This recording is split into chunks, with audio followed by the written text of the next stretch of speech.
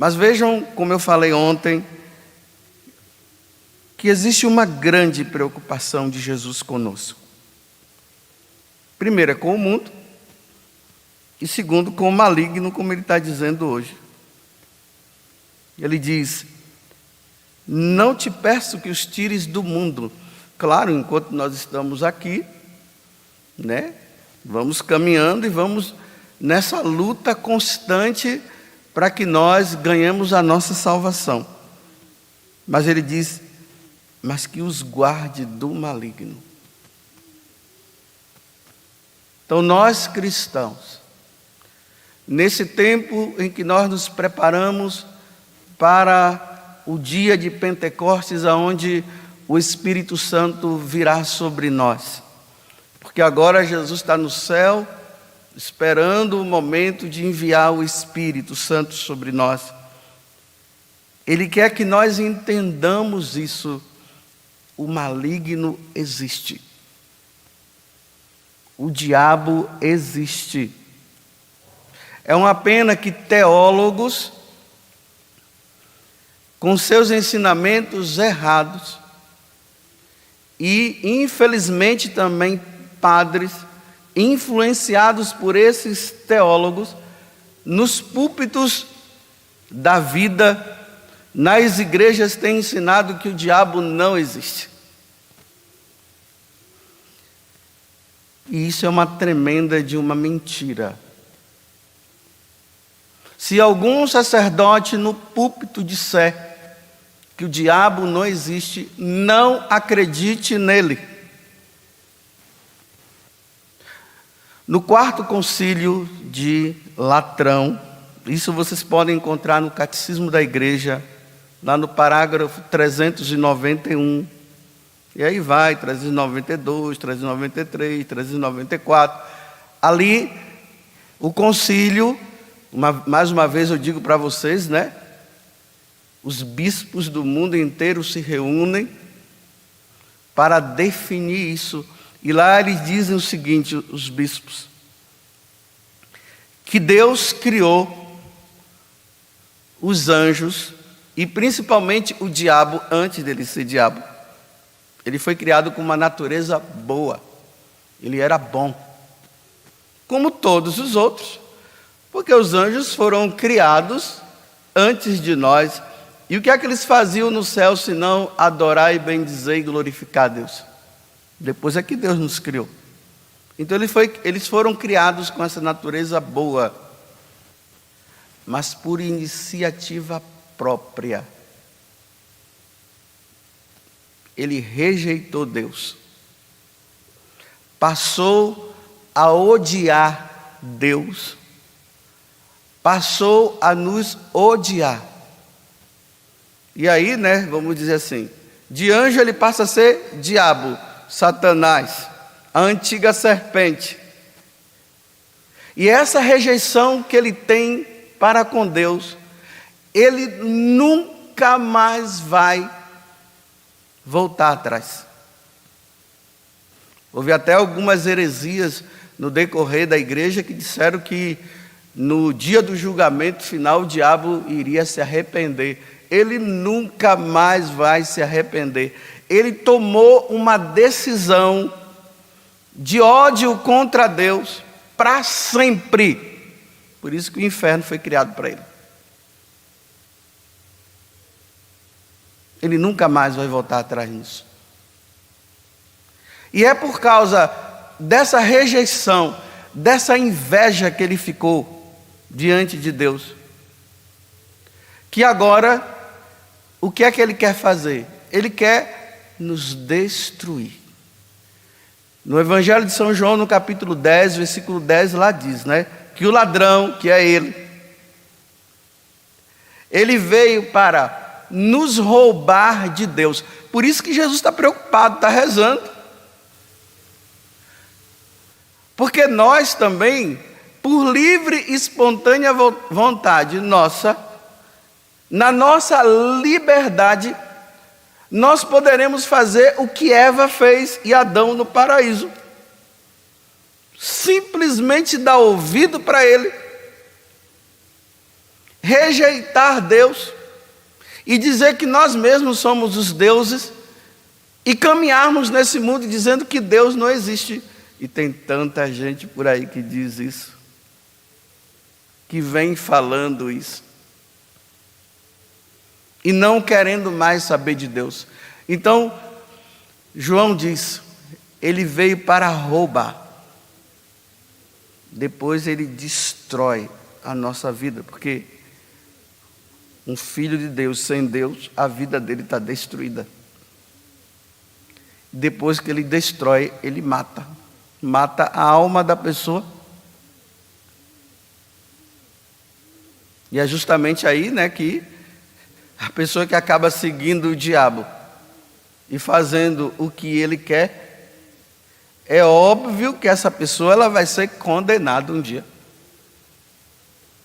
Então ele rouba, ele destrói e ele mata. Essa é a missão dele. Ele odeia a Deus. Como ele não pode enfrentar Deus diretamente, imagina, né? Você acha que o diabo vai ter força e poder para encarar Deus num ringue? Estou falando assim só para entender, né? Imagine Deus, o diabo brigando com Deus. É como eu já disse aqui uma vez, é a mesma coisa. Um elefante, uma formiga querendo lutar contra um elefante. Tem como? Não tem. Aí o que é que ele faz? Ele nos usa. Ele ofende a Deus através de nós. É por isso que nós não podemos ser conduzidos pelo diabo. Nós devemos ser conduzidos por Deus, pelo Espírito Santo. Imagina, o Espírito Santo conduziu Jesus para o deserto. O Espírito Santo conduziu Jesus para a sinagoga de Nazaré. Jesus era conduzido pelo Espírito Santo.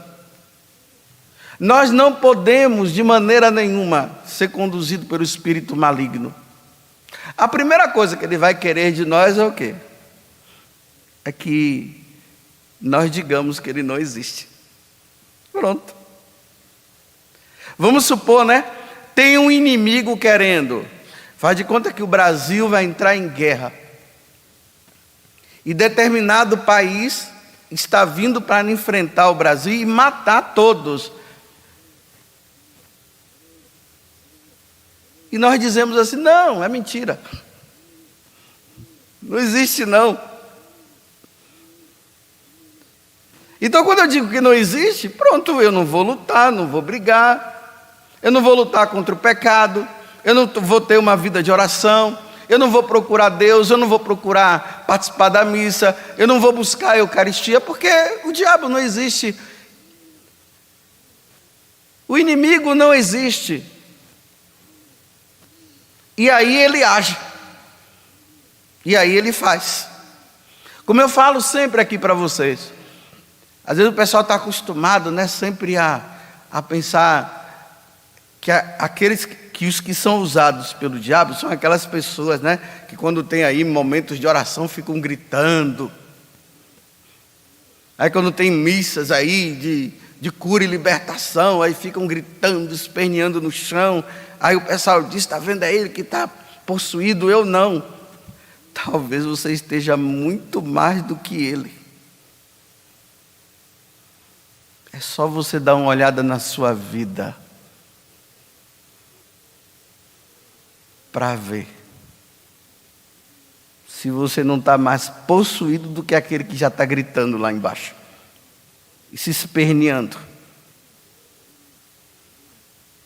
Os que namoram, por exemplo, vejam se vocês não estão sendo seduzidos por ele a pecar contra Deus. Porque o que ele quer é que nós pequemos. Sabe de uma coisa? A única coisa que o diabo quer é que você peque. Pecar significa desobedecer. Não foi isso que eles fizeram com Adão e Eva? A primeira coisa que eles fizeram com Adão e Eva foi que Eva e Adão desobedecessem a Deus. Foi por aí que ele entrou, pela desobediência. Então ele vai fazendo com que nós desobedeçamos a Deus, até aqueles que são de igreja, de comunhão diária, que rezam, mas seduzidos pelo diabo, não acreditam naquilo que a igreja crê, no que a igreja já disse. Aí a pessoa não crê. Como eu falei esses dias em uma das missas, né? Cada um vai acreditando naquilo que ele deve achar que ele deve acreditar. Mas de tudo não. Isso aqui não, isso aqui não. Isso aqui pode, isso aqui... Não, isso aqui não é bem assim. É exagero da igreja, é exagero daquele papa, é exagero daquele padre. Não, ele é muito radical. Porque ainda mais quando nós temos as nossas inclinações para determinada coisa, e é aí que o diabo vai oferecendo e vai dando. Aí a tendência nossa é naquilo que nós temos, a inclinação, e que nós percebemos que nós estamos caindo constantemente, e aí nós dizemos assim: não, não é bem assim.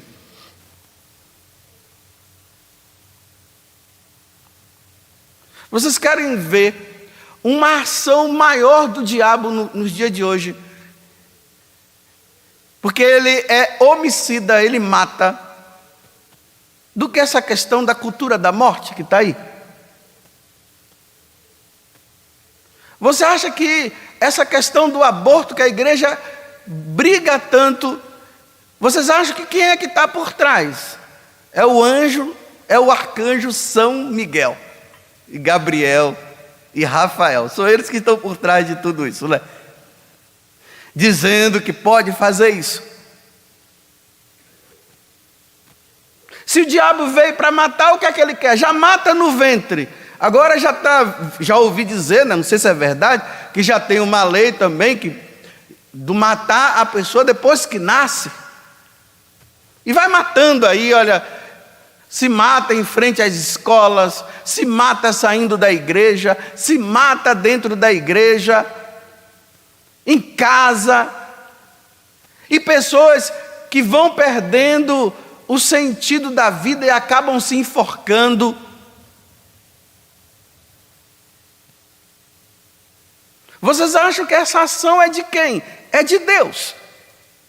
É do maligno?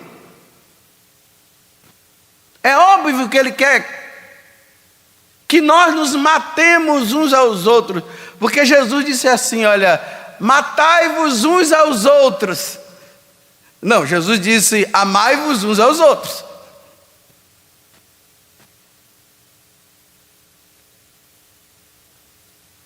E se mata com palavras e tudo mais.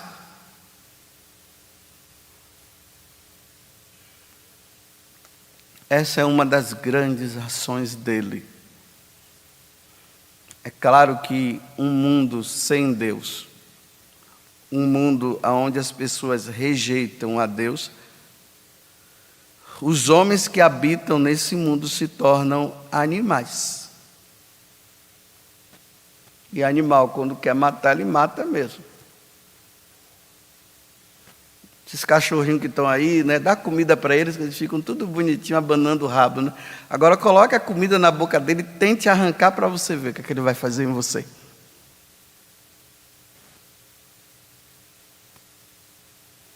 Bem, eu estou falando de uma coisa muito grande, né? O matar. Mas quantas outras coisinhas que ele vai fazendo, né?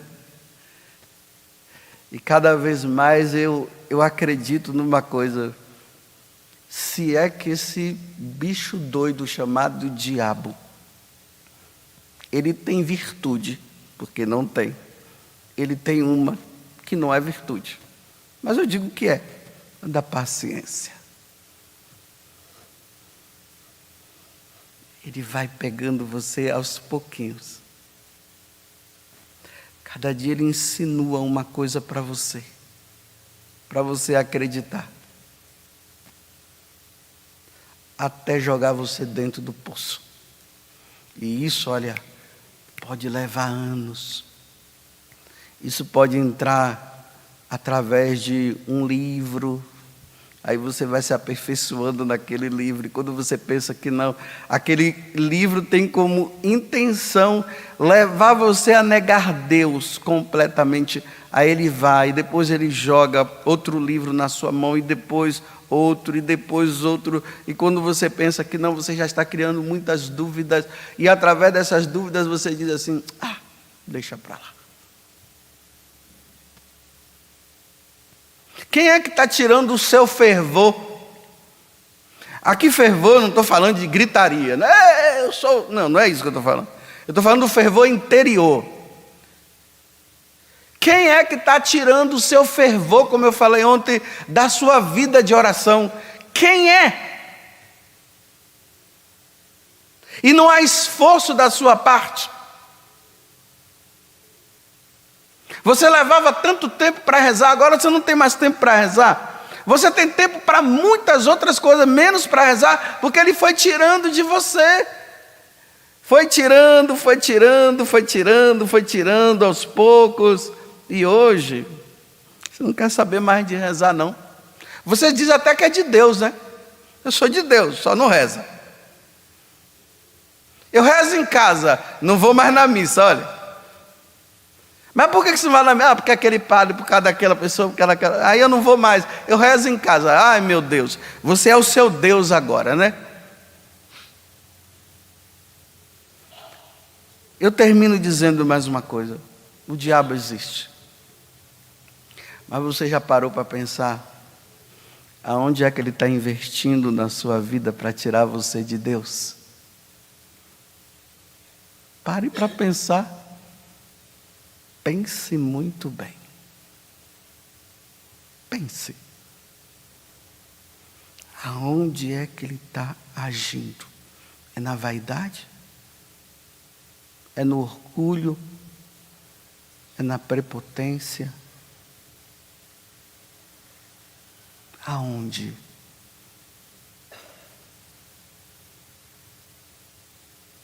Pense. Porque eu também preciso pensar. Porque o que ele quer é que eu não pense. Mas pense. Aonde ele está querendo te pegar?